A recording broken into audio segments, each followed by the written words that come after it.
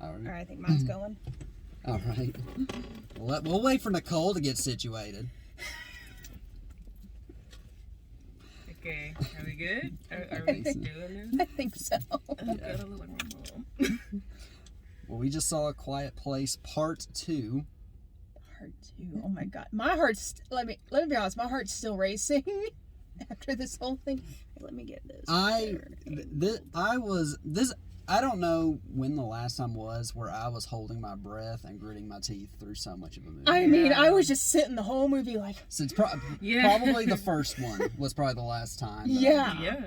Like, I was almost worried that they were going to have too much talking in this one. Luckily, they didn't. Yeah. But, like, they kept all the same elements from the first one that made that one so terrifying. Yeah, right. I think it was a pretty good transition from that.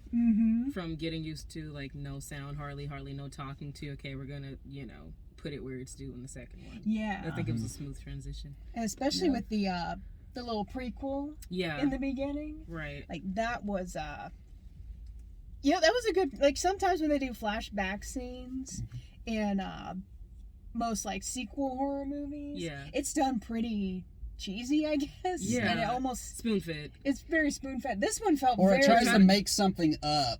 That way it can that way the movie has somewhere to go off of, like, oh, what you didn't know was this, and it tries to make... And this thing happened so flippin' fast that it literally hit you like that bus almost hit the two people in the beginning. Yeah. Right. Ugh, that was like being on a Universal Studios ride. Yeah. Where it's like you have the car coming at you and you got your roller coaster kind of backing away. I feel like I was on Space Mountain again. Yes. Let me I'll go ahead and start by explaining, like, summarizing this one. Spoiler alert. Basically, it picks up immediately after the first one. Like, I don't even think it's literally the morning after they found, like, that the first one ends, with them understanding that you can take that feedback and it makes them open up. Yeah. It's the morning of after that, and basically the objective is them to get to this radio tower so they can broadcast this feedback over, so they can, now kill these things basically anywhere. Yeah. And one of the things that I noticed that this movie does is this movie basically goes the Alien route and Aliens route, where the first one, where Alien was introducing what this thing is and going full on horror mode with it, because one of the things, like, fundamentals of horror is fear of the unknown. Yeah. And that was what made these things so terrifying, is because you didn't know what they were, how they worked, and, where they had, like, the board set up of this is, weaknesses, question mark. Then you go into Aliens from 1986, 7 years after the first one, if I'm not mistaken. And that one goes into full-on action movie territory, and that's what this one. This one's still a horror film, but it is very much an action film, because you have now this point where now they found out how you can kill these things, right? And yet these monsters are still terrifying, even though there is this sense of empowerment that these characters have, because they still have limitations. Right. Best example, the little girl trying to hold the thing, the deaf girl trying to hold the earpiece to the speaker while also loading and cocking a shotgun. That was like that. I was so that scared the shit out of me. Like, I was just like, oh my gosh. Yeah. She just didn't have enough arms. The poor girl just in the train. She just doesn't have enough arms. Like, luckily the one guy was there, her dad's friend. I think his name was Emmett. Yeah, the guy played by Cillian Murphy. Yeah. Just, oh my gosh. There's so many tense scenes in this movie. Like, in the previous movie, it's more like it's tense because they're just trying to stay quiet. For sure. Here, it's tense because these things are hot on their trail, and one wrong move is gonna set the trigger off. Right. So, and they're on the move. Yeah. You can tell they're a little bit more confident about their situation, but still, you know what I mean. Again, going back to the scene that Logan mentioned of her trying to do all this shit at once. The reason you have the advantage is because of that, feedback machine mechanism thing. But guess what? You still gotta you kind of crippled a little bit, but then you gotta kill it. It's like, oh yeah, I gotta do that too. you know. Yes. Yeah. Oh my gosh, it was. Yeah. Ooh. There was something else I was going to say about this one. Oh, I think this movie also does a good job of using that Hitchcock logic of suspense, where you show the key thing that's supposed to set the tension. Like his whole thing was a bomb's about to go off, and you can either have it suddenly go off, or you can show the bomb with 5 minutes. Yeah, the difference between what was it? What did he call it? The difference between action and suspense. I think it's the between shock and suspense. Shock and suspense. That's right. Yeah, shock and because the shock is when the bomb under the table goes off. Suspense is when we know the bomb is under the table and we wait for it to go off. And almost the exact mirror of that analogy is the oxygen tank with the baby, because it shows us it is just about to hit low, so they have a limited time to get more oxygen, and you're just waiting for the moment, like, are they gonna suffocate or are they gonna get it? And the way they and that scene is edited alongside 2 other scenes. One is of the mom trying to get back to them before the oxygen runs out. And the other is when they end up on the dock, where there is these people there that are basically now feral. Kind of like they're kind of like the road-ish characters. Where they're out for themselves, you know. They're not you know, trying to compromise and build a society like the people on the island where the radio tower is. Because you find out in this one, the things can't swim. Yeah. And so the people, anybody on islands was safe. Right. Know? Well, until they came in on the boat. And so they edit this thing. They edit these 3 scenes that are going on simultaneously together. And it makes your blood just race through the body. Like the adrenaline was just pumping during that whole sequence, because you got like you said, you got all these 3 scenes going on at once, and you don't know if anyone's gonna make it out at this point, just because of how high the stakes are at this point. Yeah, it's kind of set up that way, right? Like anybody's liable, essentially. Again, I mean, if you're watching this, you've probably seen the first one, so you know what happened to the smallest child in the first one, then what happened to the dad. So it's not like it's one of those horror movies where, you know, you just kill for the shock factor. We don't care about anybody. It's just like, look, if you kind of get into it, you're up. Like on what happened with the kid with the toy, what happened with the dad sacrificing himself. Like, it's set up that way, so you don't know who's next. You know, especially anybody who chooses to sacrifice himself. Like, if you do, like, peace out, pretty much. So anybody can get it. Yeah, they did a good job in this at still making sure there's a sense of fear in this, because you know, that was kind of one of the problems I had a little bit with It Chapter 2 was I was not as afraid of Pennywise in that in the sequel as I was in the first one. And because by that point you're used to it and you see it, and you just realize now that you know how everything works, you know how all the mechanics, you know, everything that's ticking on the inside, that it's hard to still be afraid of something after you've seen it up to that point.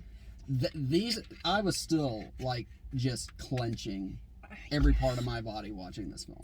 And the thing too, like with these, like versus Pennywise, is, you know, Pennywise has a lot of talking moments. He's almost like humanized a lot, so it's a little harder to fear. These things are just, they're completely feral, they're completely unknown. You don't know what makes them tick. They're very minimalistic. It's kind of like those monsters from Attack the Block.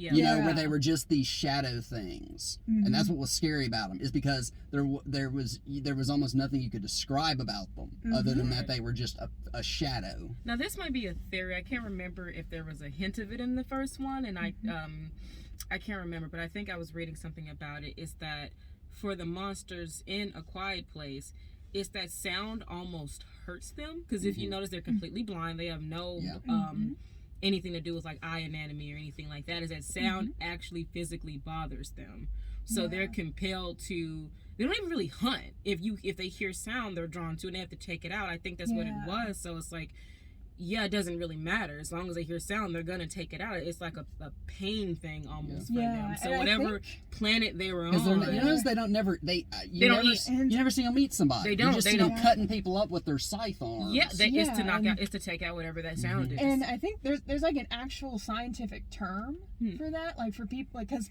there are people that also have that same type of thing where certain loud, sharp sounds just make them super angry. Right. And it's like it could be like a sensory overload, possibly. It's like Sonia something. Yeah. I'm gonna have to look that up later. That's like I'll insert it right here in the edit. That's like why I can't. That's like me. Like why I have a hard time listening to the Chainsmokers, because all I can't drive and listen to Chainsmokers when it comes on the radio, because they have these songs that have all these snaps and clicks and pops and these bang noises, and I'm already an anxious driver as it is, and a very nervous driver. I can't listen to that and like have it popping and snapping in my ear while I'm trying to concentrate. Oh, you can never listen to Oingo Boingo then.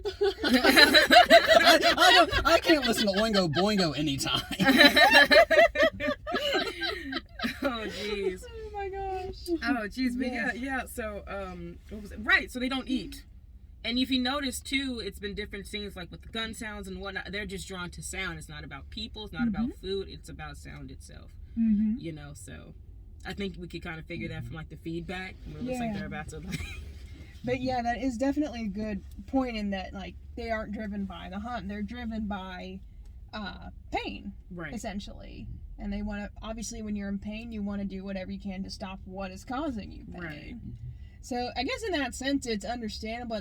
But at the same time, they are essentially monsters. Oh yeah, totally. They're killing aliens. people right and left. Right.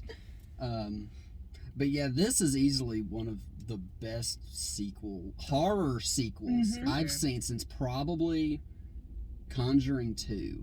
Yeah. You know, that's this was really good. I did not like it as much as the first one. I'm certain on that. Yeah, I feel the first one definitely had a lot more, I guess, quiet moments. Yeah. Too, and it was just the tension was just more palpable because you know there's something out there, and you know that one bad sound is gonna draw them there. You're just waiting for when that ball's gonna drop. For me, there's two things about that the first one had over this. One, the first one had fucking acting in it. True. Especially from Millicent Simmons, the deaf girl. Yes. She was, in that year, she was one of my picks for like Oscar snubs. You know, for best supporting actress. And that was a year where there were tons of great performances in specifically horror films. You had her, you had Tilda Swinton in Suspiria playing 2 roles in that film. And then you also had probably my favorite performance of that year, Toni Collette in Hereditary. Oh, yes. For sure. Oh my gosh, her performance had to be one of my absolute favorites that year. It was probably one of my favorites of the last decade. I mean, especially like seeing her in Hereditary versus Knives Out. Yeah.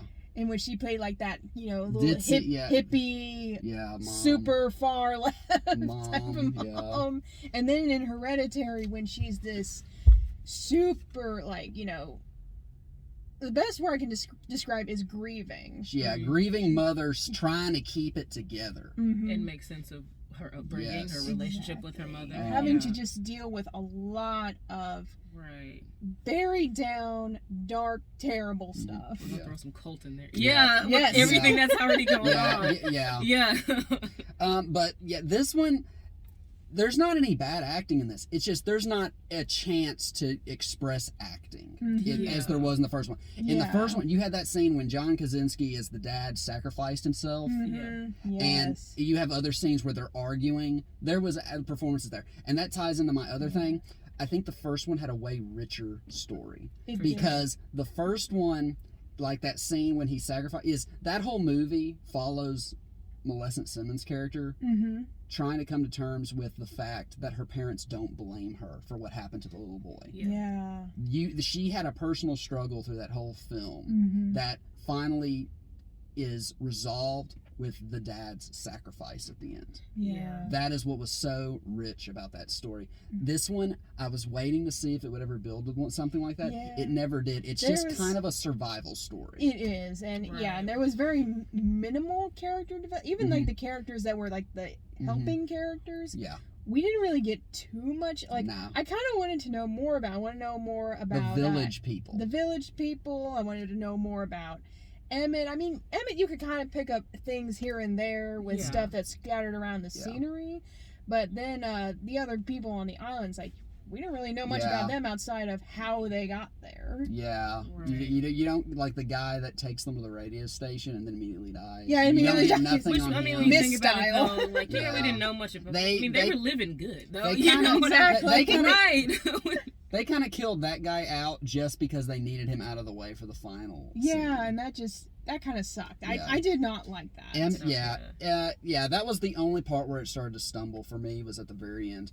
But yeah, Emmett, the character Emmett, played by Cillian Murphy, he, you get the sense that he's basically this guy who has just given up. Yeah. They get in that, and then by the end of it, you do see growth in him, but not to the extent that I felt the characters in the family in the very first film. I honestly did think he was going to pull a John Krasinski and sacrifice himself. I thought so too. Yeah. Which I think even if it would have been redundant, I probably would have liked it a little better. Not that I want this character to die, but the same thing, I felt like it would have really punctuated his character arc a lot better. Right. Than just, being there to see the girl seeing the deaf girl take down the monster. But I think for some people that kind of would have been predictable, because we kind of tend to see that with his character arc, who's lost everything, child, spouse, all of that. All there is left for them to do is die, which you tend to see a lot in horror and action movies. So I think it was a pretty different route to take. So I was like, why not? And I will say, I was actually happy with the turnout of the ending, with it now being the kids' turn. To be the ones to take down the monster. Because in the previous one, it was the parents. Now it's the kids. This double side by side thing. Yeah. With the brother and sister. Yeah, because they're obviously, especially the brother.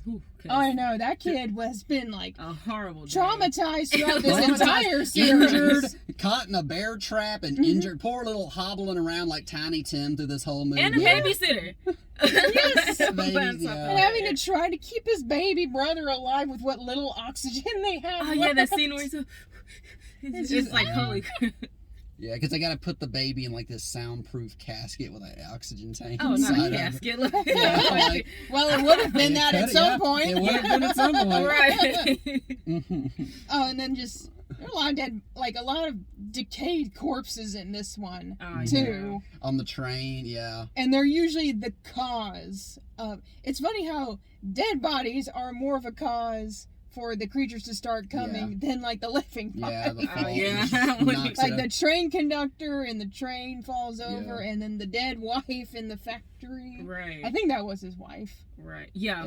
It had to be. Keeping her body. He was keeping her body. Yeah. Probably because he wasn't safe to bury her. Yeah. Which I don't know. Maybe I've seen too many movies, but when he was discussing his deceased wife, something told me, I'm like, I bet that wife is still there. It's just something. And so when the kid was, walking and just snooping around, and when I'm not supposed to mind his own business, I'm like, when he pulls that curtain, it's gonna be a dead lady. I was convinced that this guy was going to turn out to be the bad guy of the film. Really? I was thinking he's gonna pull this thing and find something where he's been lying to them this whole time. Oh. That's what I was thinking. And my thought was kind of almost crossing those two thoughts here, but I thought when he was talking about his wife and how as she kept getting sicker, that's when the pain started and she started screaming. I thought he might have shot her. Me too. I was like, oh dear, he's sent her on. Yeah, that's what I was thinking. He pulled a that infamous it wasn't a chicken, it was a baby scene from MASH. Oh yeah. Y'all know what I'm talking about? Fill me in. MASH. Y'all know what MASH is, the show? Yeah. Okay. Where it was there was an iconic scene where what they called the saddest sitcom moment ever, and it's Alan Alda's character going on this getting this monologue about them having to keep some I guess they were refugees quiet while they waited, and he's told somebody he started hearing something and said, thinking it's a chicken, told him to silence it up, and they suffocated it, and it wasn't a chicken, it was a baby. Oh, and shit. It's called like the saddest sitcom moment ever. Oh, jeez. Oh, my God. Because you know that show was like set during like Korea or whatever. Oh, yeah. Oh, my gosh. Oh, okay. Yeah. That's like the Jaws monologue. Yeah. About the USS Indianapolis, Mm-hmm. which is still a terrifying concept. It is. Yeah. Often overlooked too. Yes, because the military kept it hidden for so many years. I've only heard of it in like the past maybe, I think, 4 years. It was even a thing. Like, I don't think even anyone heard of it until Jaws came out. Right, and growing up, I didn't even pay that any mind. I'm like, oh, this is connected to the delivering of the. Yeah, I didn't even, you know. And it was, and they didn't even send help out for these guys. Nope. Until it was too late. It's awful. It's, one of the worst fuck-ups in U.S. history. It is. Meanwhile, it's like, look, we gotta keep it real. I'm gonna warn in here. But still, it's so screwed. Yeah. Jeez. That is such a I left the oven on at home moment. Yeah. In history. But you gotta, but you're not getting out that line at the bank. You're just. Yeah. Oh my gosh. Now that's like I left the oven on at home. I'm just gonna let my house set on fire. Right. Yeah. I'm like, oh no, I'll buy a new oven. That is such a Exactly. That's exactly what that was. Oh my gosh. Yeah, and also like this movie had much more of the road vibe to it. When those people on the dock popped up. Yeah, it does and then feel like the road. Emmett, or the stand or something like that. Yeah, and then Emmett became kind of the Viggo Mortensen type character for the whole rest of the film, and it really, it had that vibe, and just a lot less horrific than The Road, because that was a fucked up movie and book. Yeah.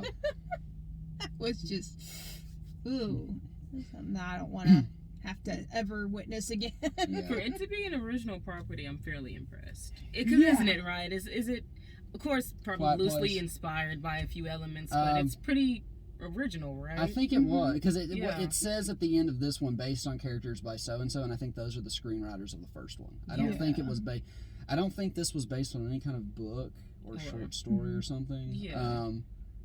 I think I remember Krasinski too discussing like coming up with the concept of the monsters and how they would look, how they would behave, that kind of thing. And it all seemed pretty original. Which is when I went to see watch video essays about it. People were trying to kind of crack like, okay, well, what property are they based on? Where does the idea come from? And that's where the theory comes from. With pain hurts them because the screenwriters would release some type of information and it left viewers to try to piece things together themselves. So.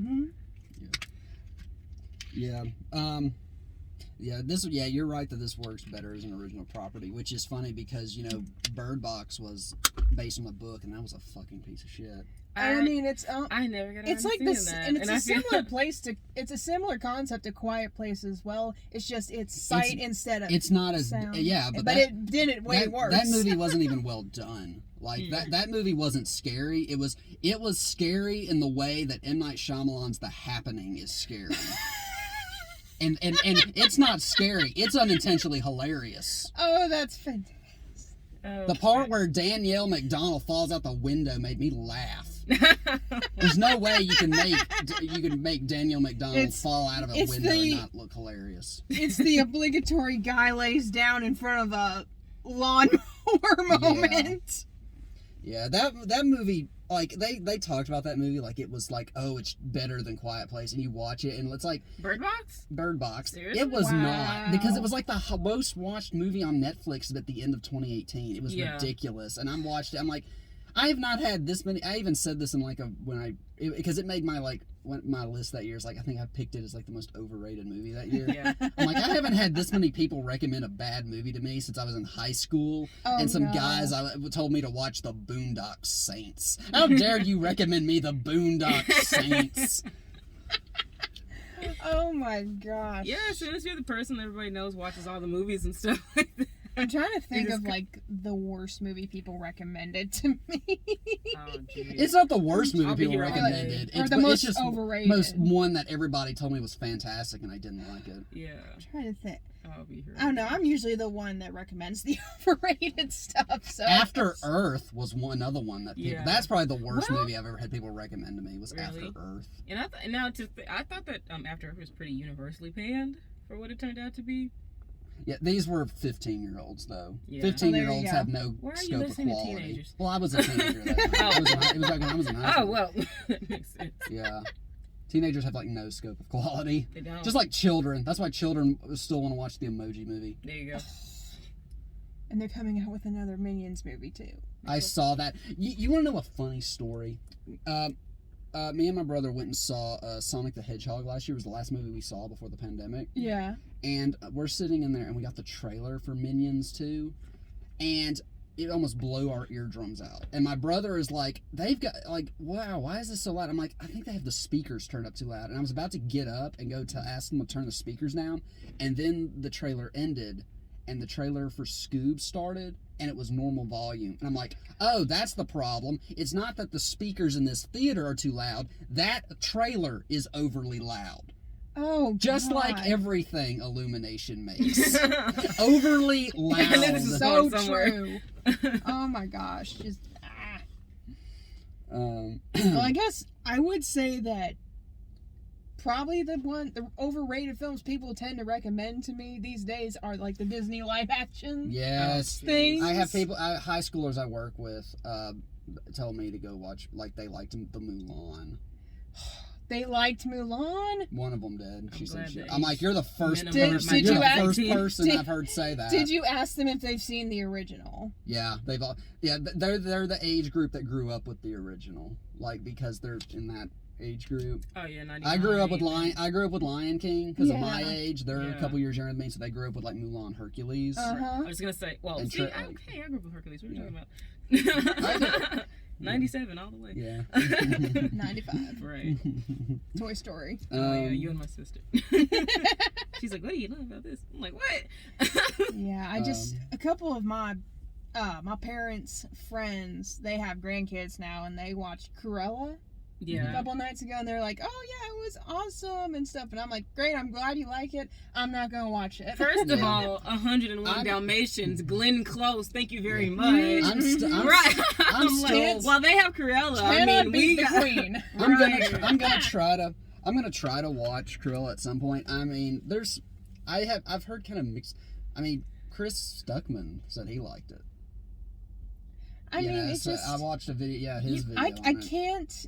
I don't know. I can't abide watching It a might be film about fun. some person Yeah. who, in the events following this prequel, wanted to skin a bunch of I puppies. was for just a- gonna say, I hate It's- to super segue. I don't know how you're gonna. But It's I like, I feel like- love a good villain origin story, but I cannot abide by this. I was How do just you gonna make it say, work? I feel like I feel like the villain movies that we have now Mhm. coming out, I hate to say it, are biting the Joker in that, oh, every villain has a redemption story. They were Yeah. bullied, Yeah. you know. We were We were just talking about this, and when we did Spiral, was like the Cruella thing is like I can't get a read on it because it's like they're wanting to do Joker mixed with Harley Quinn, Birds of Prey, Yeah. mixed also with like Devil Wears Prada. Devil's Prada, and also Promising Young Woman.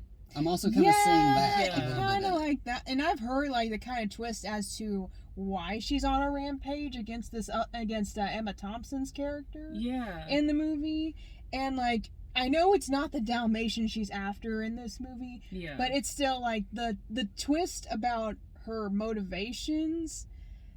It's right. it's like- it's that concept. Is that it's violence the murdered mother Yeah. archetype. Oh. Thing. And I'm actually gonna spoil it right now. So spoilers. Do you guys No. do you guys not mind being I have spoiled? I Well, don't.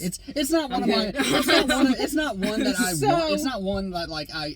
It's not like my Dune. You know. Exactly. So from what I have heard, and this is just what I've heard around the internet, I might have to go back and backtrack and research this, but apparently Emma Thompson's character sent her Dalmatians to attack Cruella's mother and rip her apart. Hold tight. Yes. Wait, okay. Yeah. Run that by me one more time. So pretty much Emma Thompson's character, who is the owner of Dalmatians in this movie, ordered her dogs to essentially eviscerate Cruella's mother. Wow.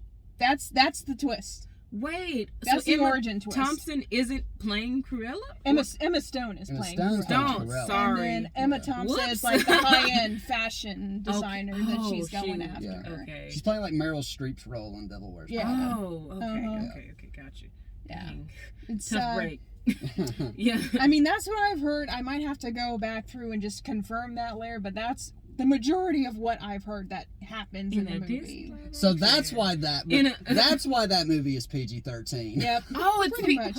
Oh, crap. Yeah, it's just. But I mean, at the same time, it's like, really?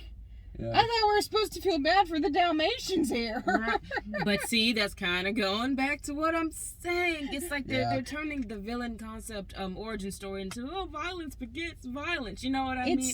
They were abused, and that's because that is one of the largest takeaways you see coming out of again Joker is that violence is justified when you were abused, when you were mistreated, that kind of thing. So it's like, okay, maybe we can do this with an animal killer. You know what I'm saying? Yeah, and I'm and it's like, and that's not even the. It's like people are forgetting what the point of a villain is. Right. Yeah. It's like a villain is there to be the moral opposite of the hero, to like be, I guess, kind of like the worst of humanity. And here's the thing: it's okay for a villain to have a sympathetic origin story. That makes them more dynamic, makes them more complex. You can kind of relate to them. A little, but if you like put that apart to like say the hero went through the same thing, but chose a different path, that's 10 times more strong. It starts to become a sliding scale. It's like eventually, we're gonna see like now heroes are the yes, kind of like Maleficent. Yeah, Maleficent. Now, I know the king wasn't a big figure in Sleeping Beauty. It wasn't like but Maleficent made you hate him. Yeah. You know what I mean? It made you question whose side you're on. And I know it's such a weird turn too, because in the original he was more just kind of with the other king, he was kind of just a. Yeah, that was like a dimwit. Right, yeah, pretty much. Yeah, you're more focused on Sleeping Beauty and the prince anyway, but still, you despise the prince. You completely understand. I feel like Maleficent was a good balance of that, but everything since then has just been, you don't know whose side you're kind of. I mean, next thing you know, they're going to give us Hades getting pants by Zeus. Oh my gosh.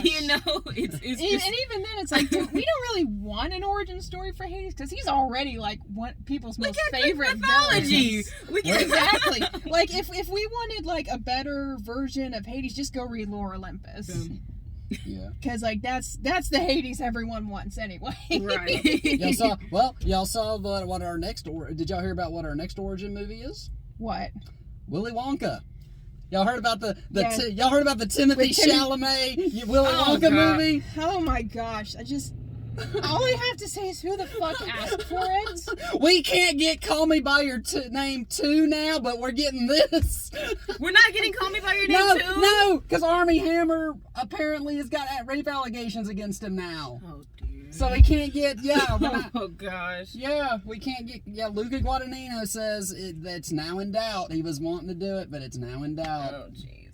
Oh my gosh. Well, it's like look, after Tim Burton, I don't want to see anything else related to Willy Wonka ever again. We got the origin movie of Willy Wonka in the Tim Burton one. It's just yeah. And even then no one asked for it. Right. It was a completely unsolicited origin story. It was still weird as shit. It didn't add shit to Willy Wonka's character. It didn't, and they love doing that with like Tim Burton. Whenever they put him on a project, they're like, okay, this is a project that nobody would ever expect you to work on. Come direct it. Planet of the Apes, Dumbo, Willy Wonka, Dumbo. You know what I mean? Now, you know what? I might in some universe I might have been able to see. I don't like that series. Period. You know? Do you know that Alice in Wonderland in some universe might make sense for him to direct, and it was still off to me. It would have been great if it wasn't a Disney product, and if they based it on that American McGee's Alice video game. It also, which is so Tim Burton to begin with. The thing about the Alice in Wonderland one is it was just so empty, because it was like you drained everything out of Lord of the Rings. Exactly. It was trying to be like something kind of like Lord of the Rings. Alice was the most boring version of the character I've ever seen. Like, at least in the 51, one of those two. You know, she was this kind of very curious little girl, but she still had a lot of personality. She had so many mood shifts, like, between, like, you know, the crying and the curiosity, getting upset. This Alice in Tim Burton's movie has one mood. She was a very ineffectual protagonist. Yeah. You know, she kind of reminded me of like Jeffrey Wright. I think, was it Jeffrey Wright's character in Hold the Dark? Did you ever see Hold the Dark? I didn't catch that one. It was by the guy who I believe made Green Room, which I loved, and that's why I watched it. Mm-hmm. And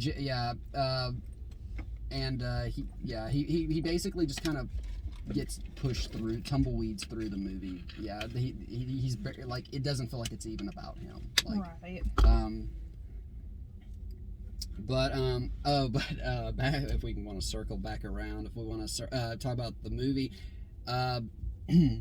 yeah, I love this. This is not only like the best horror film I've seen, like one of the better horror films I've seen in a while. This is probably maybe the second best movie I've seen all year period so far. Best movie I've seen this year is this little movie they got on Amazon and iTunes right now, that you can rent off those, called Shiva Baby. And that movie has also got very strong bits of tension in it, but not in the same way as this. It's actually got something that's way scarier. Okay. Awkward family gatherings. Ooh, that's I feel that. Christmas time, man. Oh my gosh. Having to you know, because y'all know what a Shiva is in Jewish tradition. It's basically the after party of a funeral. Oh yeah, that's just perfect for an awkward family. And yeah, what makes it awkward is that the poor girl in it shows up and realizes that her sugar daddy also knows these people. Oh jeez. Oh no! It's a dark comedy. It's probably the best movie I've seen all year. It's a dark comedy. It's very funny. It's also very tense and claustrophobic, so it's almost a thriller at times. Oh my gosh! And it's thriller in the most relatable sense. Yes, it's How very am I relatable. going to mentally survive very relatable. this thing? It's a very relatable film. I liked it. I liked that a lot. That's probably my favorite movie of the year so far. That almost sounds like, and I know these are two vastly different types. It almost seems Christmas Vacation. Sounds Christmas Vacationist. Yeah. That was also an extremely awkward family gathering with all this shit going down. But this was a fantastic movie. I'd say it's not as good as the first one, so I'd say it's like, I would probably rate it like 3.5 out of 4. Mm-hmm. Yeah. I think it's setting up for a series where the movies just plug in together. You can't have any of the others without the other. So I'm not sure what I would rate it as. I'm not sure if I would compare it to the first one. Like I said, I think it just fits. You know, I don't think the ending was as smooth as like the first one was. You can tell the first one, it's like, oh heck yeah, we're gonna get a sequel. But how this one ended, it's kind of the same thing. It's like, oh, we're gonna get a sequel. I'm kind of even speculating. Like like the first one pulled itself to a stop and set up a sequel. This one doesn't do either. I felt like this one, it doesn't really pull into the station like the first one did. And even like the idea of setting up a sequel is kind of ambiguous. I don't know. Yeah. Because it's like, you know, obviously they've found the way to be able to incapacitate these creatures and be able to kill them more easily. So it's like, that feels definite. But at the same time, you know, there's no reunion. There's no interaction outside of the final kill. So it's like, maybe it could go on. Right. So I think on a scale, like, out of 4, I'd probably rate it 3.5. Just for the fact that my heart was still pounding well after that movie ended. I think Points of Liberty is maybe like can I do this? 3.7? Yeah, Yeah, sure. Yeah. Yeah. You could rate it. You could rank it 5 rubber chickens out of a donut. I don't care. This is our show. I remember I didn't even give my rating for Spiral the last go around. I'd give it 3 out of 4 chainsaws, buzzsaws. Anything else? We want to talk about trailers. Oh yeah. Okay. So speaking of origin stories, it looks like now we are getting G.I. Joe origin stories. Snake Eye, yeah. Okay, yeah. Which we might want to be careful on that because they tried to do that with X-Men one time, and we ended up with Wolverine, the X-Men Wolverine origins, and the worst Deadpool representation until they finally salvaged it. Yeah. They want to be careful with that. And I thought that was Shang-Chi, Marvel's Shang-Chi at first. Yeah. And then just G.I. Joe origins. Like, I mean, is G.I. Joe still popular these days? I don't know. I didn't think it was the last I like Channing Tatum. That was like 2012 or something. Yeah. Was when that, like, I don't even think G.I. Joe was still popular then. Right. It feels like that's just something that was popular in the 80s and it quickly died out. 80s, and you're not seeing a lot of. We're kind of in a 2000s kind of. And the only actual animated series reboot I've seen of an 80s cartoon has been She-Ra, Princesses of Power. Yeah. Which has been considered very good. Yeah. Just because it took something with very little to it, or just something that wasn't done well and made it better. Right. Which, that's great, and it's like, you can always, especially with 80s stuff, there's always room for improvement, especially when it comes to 80s kids animation. Right. But at the same time, it's like... There might be a market for it, though. There might be a market for it, if not trying to reignite something that was, like, hey... Like, unless they change a lot of certain, I guess, tropes and concepts that were prevalent in the original series, it might feel a little outdated. Right. Yeah. Maverick. Oh, we got Top Gun. The Top Gun sequel. Speaking of outdated 80s. Yeah, I was surprised when I saw that. Like, I saw, Tom Cruise, and then I heard the theme song. I just want that to come out already so I can stop saying it. Yes. Tom Cruise is one of those actors where whenever you see him, you have to say their name. Like, whenever I see Tom Cruise, I'm like, Tom Cruise. Can y'all believe he's almost 60 now? Can y'all believe he's almost 60 now? It's catching up with him. Mm-hmm. He still don't look 60. He doesn't. But I mean, he still looks like he's in his 40s. Yeah. It's starting to make a little bit more sense. Mm-hmm. He does not even look far off from what was Top Gun? 80 what? 80 something, like 84 maybe. Yeah, like probably. Also, it's like I can't see Tom Cruise and not remember that he's a Scientologist.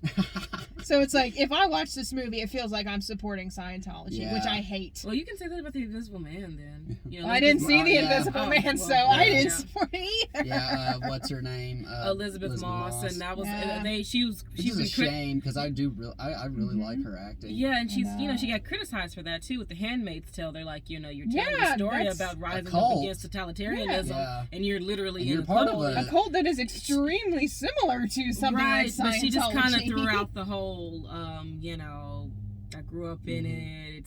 I still support, which I support rights and women's rights and things. Yeah, and in that sense, I feel like that's definitely a lot different than Tom Cruise just willingly becoming a Scientologist. I think there's because if you're born into it, it's really hard to get out. Like, I could see her like it being the same way as like, her being a part of it, but not being. I think you can like be part of something like that and not just be one of the extremists like he is. Look at Mark Wahlberg. He is Catholic. He's very Catholic. Okay. But I don't believe Mark Wahlberg is going to stand by child molestation. Oh, absolutely. Yeah. And where was I going to go with this? Oh yeah, and it's like pretty much if you're born into Scientology and you choose to leave Scientology, that's like putting a target on your back, pretty much. So I can understand if she is a little antsy to leave it because, I kind of value my life. I choose life too. Right, and even her response was still like one just like based in respect, so to speak. Mm-hmm. You know what I'm saying? She didn't give a John Travolta response to her being a part. You know what I'm saying? So yeah. But we got so Maverick, what was the first one you said? The G.I. Joe. Snake Eyes, Maverick. That was another one. Respect. Yes. The Aretha Franklin one. That looks gorgeous. That movie looks gorgeous. It does. That movie looks absolutely gorgeous. But I'm a little what's the word I'm looking for? Cautious, because I thought Bohemian Rhapsody looked fantastic, and then I got in that, and I'm like, why does this movie look like garbage?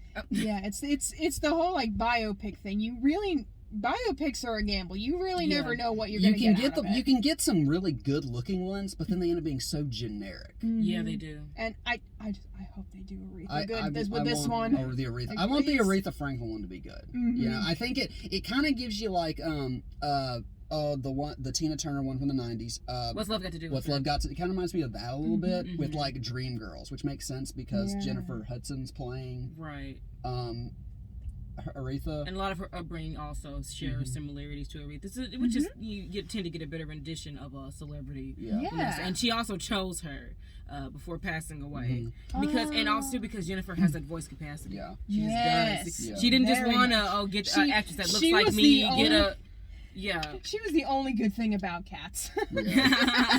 That's kind of that was kind of like last year. Like one of the things that I thought Andra Day did a fantastic job playing Billie Holiday last year. That movie just sucked. Yeah.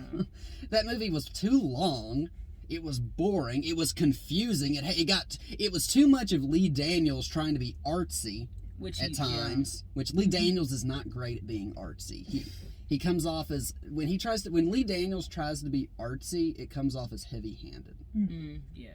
Kind of like the Butler a little bit. Even though I do really like the Butler, that movie is too ambitious for its own good. I'm gonna tell you what, I will die on the hill for the Butler. I'm sorry. Ask anybody. I love the Butler. And the Green Knight, which that I am so ready to see that. Is it based on that was something I'm extremely in the dark about. Me too. It is supposed to be, semi-horror. I thought it was supposed to be more of a horror film, but the trailer doesn't really feel like a horror film. It's Arthurian fantasy. It is. It's supposed to be based on like the Arthurian legends. But it's by David Lowery, who did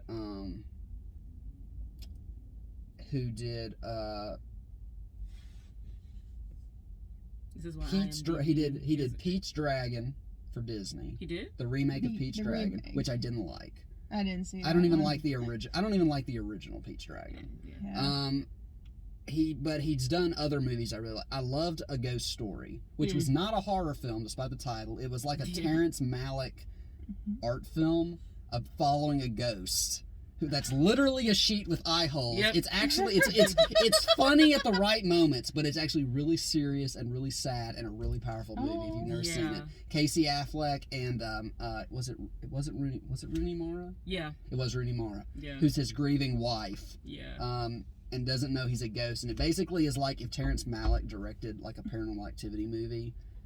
Shown from the ghost point of view, where like it basically explains why do ghosts throw crap around. It's because he's just basically hit this point where he realizes he's so alone and he's throwing stuff around out of anger. Like it's kind of like a ghost character study. It's kind of like the movie Ghost, but a lot sadder. It's like a ghost character study is what it was. But at least in Ghost, Patrick Swayze had a task in Ghost at least. And it did have kind of like that nice ending where they get the last kiss before he goes into heaven and all that stuff. Oh, and Lowry did his last movie was a really funny movie. It was Robert Redford's last movie, Old Man and the Gun.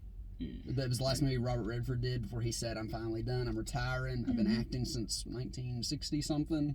I'm retiring at this point." And it was based on a true story about this old man that liked to go and rob banks.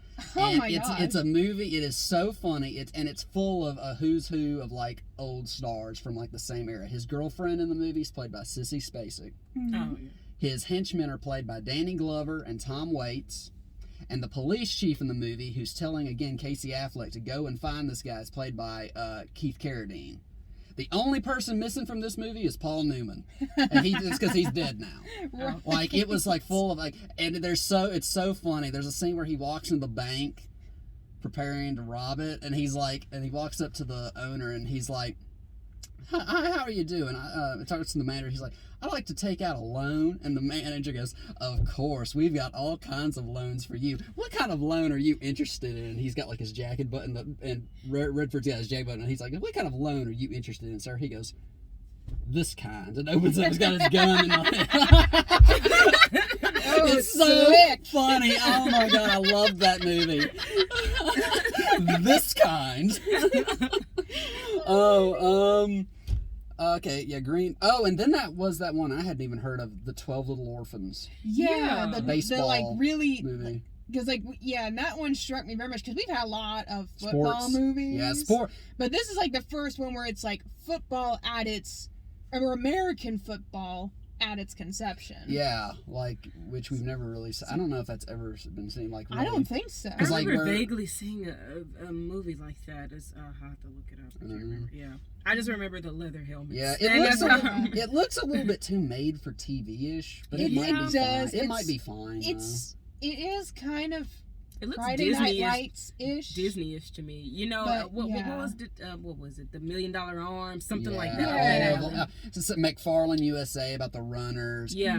Queen of Katwe, which was the African chess one. Like, you always get every so often. It did have that these. feeling, especially, of course, since Disney now owns ESPN with their streaming service, so it's like it did have that kind of and everything. It's like they control like the football stories now. Like, you can't sip anything out without it tasting a little like Disney. But at the same time, it's like even before Disney got their hands on ESPN sports movies, just have that same feel to them. Yeah. It's like that one team that's had little hope, but pushes through at the end. That's what it's a story as old as the conception of American sports. It's as old. Right. It's as old as like the generic musical biopic. Yes. Like we were just talking about. It's as old as the Hollywood musical. Right.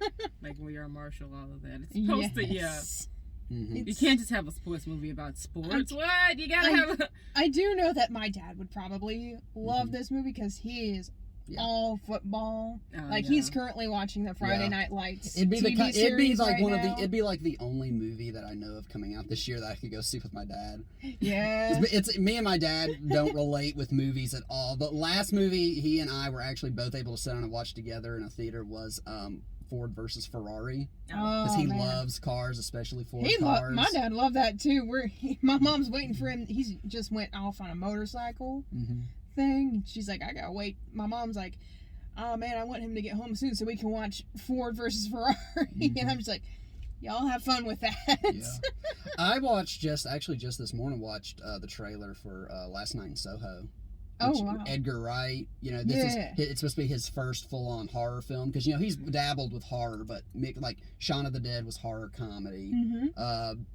I think he had another. No, I think that's his only horror comedy was Shaun of the Dead. Yeah, and then kind of a little bit World's End and Hot Fuzz, but those were more of action comedy and sci-fi comedy. I don't really think of those as horror in the same way I do Shaun of the Dead. This is supposed to be his first full-on horror film, and his love letter to like Dario Argento. Yeah. Which is something I've seen in interviews him loud over his Dario Argento. Gosh.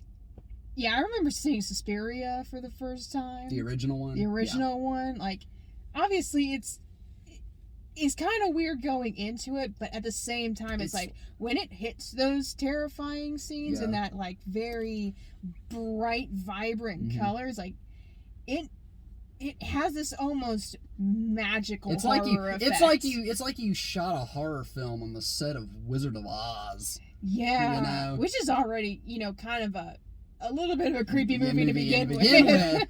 But it's like, except this time you've got a body smeared across it. Exactly. Oh my gosh. With a knife in its back. I'll tell you what, the kills in Suspiria, brutal.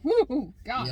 But that was one of the things I gave credit to the remake, even though I didn't like it as much as the original. They were still disturbing, especially that finale. I mean, I haven't seen it. I plan to try to watch it tomorrow, But the one scene that I have seen is the ballet body voodoo control at the thing, end, where she's very end, yeah. like, it's like the scene where Susie's dancing, oh, no, and the that one girl's She's like contorting yes, to oh her my God, movements, and was... it's like, you know, flipping things over. Yeah. I think like her fingers are flipping yes, backwards. her whole body. She like it cracks her body to the point where she has to urinate on herself. Like where yes. I guess it's like going. I guess now it's snapping her organs in half. Mm-hmm. Oh God, that would Suspiria was disturbing. That was a disturbing. movie. I gotta watch that like ASAP. Yeah. Have you also seen, speaking of horror dance films, have either of y'all seen Climax? Gaspar Noé's Climax? Oh my God, it is the best, one of the best things I've ever seen in my life, and it's so good. Like, I'm not a huge Gaspar Noé fan, because usually when Gaspar Noé makes a movie, you're having to watch somebody ejaculate at the camera, which was literally what happened in his last movie, Love, his 3D sex film from like 2015. Awful. Is it like that scene in one of the Scary Movie things Something where, like that. where the guy, they're having sex and it's like, except it's actually like at the camera. Yeah, it's like. But I'm like, what? Hearing about a movie called Climax. I'm like, well, what is this I'm going into? And I loved it. It's a horror dance film, where it's about this French dance troupe at a house, and like they're trapped in a snowstorm rehearsing, and somebody spikes the punch bowl, and it's like something like it's kind of like just this spiraling out of control, like in like Suspiria mixed with like Black Swan. Ooh, oh my god. Where it gets crazy and just builds and builds and builds. Is there like a lot of body horror? After a while, it does start to get that way. Yeah, it's because I mean, like, you know, Suspiria and Black Swan had some wicked body horror. Mm-hmm. I mean, I still can't get over, you know, the feathers coming out, and she's like, and that movie, one of the things about that movie is you by that point you're convinced it's happening. You're convinced anything is possible, because that movie gets into your mind. It does.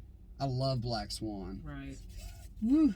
It's definitely one of those you wouldn't want to watch with your parents. For sure. I watched, first time I ever watched it, I was at home alone during a thunderstorm. That's when I watched it. It was one of the first DVDs I ordered from Netflix when they were still doing the mail. Yes. So, in the old days. At that time, my mom, I think she was more or less like, I forgot how you even did. I think when they mailed it, you could write, I can't remember, but you would mail it back, you know what I mean? And I was just like, I really want to see this movie, because we were big on the Oscars in our house, and my mom was like, okay, kid, you know what I'm saying? Yeah. And usually she's way more helicopter parent about it, but I guess you trust my film judgment. But I remember, like, I flipped it on, I'm like, holy shit, like, you know what I'm, like, the scene with the legs, and they, oh my god, like, oh jeez, that was a good year for movies, though. Yeah. Mm. Well, I think we're done. We're approaching an hour now, so I think we might. Yep, we are 56 minutes in. Yeah, I think we got all that's all the trailers. So, but I love this movie. This was Fireplace 2, thumbs up for me. Big thumbs up. Big thumbs up. Yes. What you got next, Kaczynski? Oh, yes. Me. Yeah. I guess the only thing left is what's the next thing to see? Conjuring 3. Yeah. Well, sure. here's Devil the thing. Made Me Do It. I'm not gonna pay to go see that because I get it on HBO Max right now. Lucky. Me too. I have that subscription. We can only afford Netflix and Hulu. I have to look. Yeah, and Conjuring 3 came out today or yesterday. I forgot. Mm-hmm. Yesterday because it was Friday, and then In the Heights is next week. I do want to see In the Heights. I do want to see that. I'm trying to think of what I saw recently that I wanted to see. I forgot. So yeah, Conjuring 3.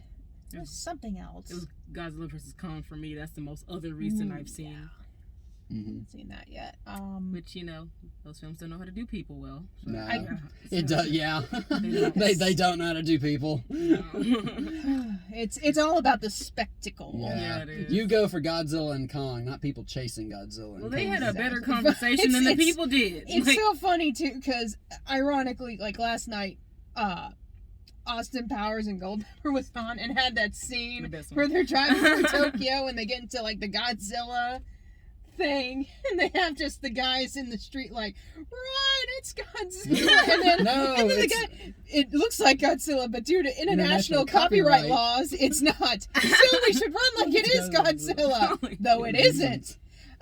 That was a better dialogue than what is the actual dialogue. Exactly. If they threw that in, I think people would still love it. I know. Right. Yeah. That's pretty much monster films and like giant monster films in general. You're just going to see a giant monster. Yeah. Duke it out with another giant monster. Yeah. Wish there was more, but you know, hey. All right. Well, I guess we're gonna go. What time is it? Yeah, because I got a long drive, anyways. All right. So we're gonna go.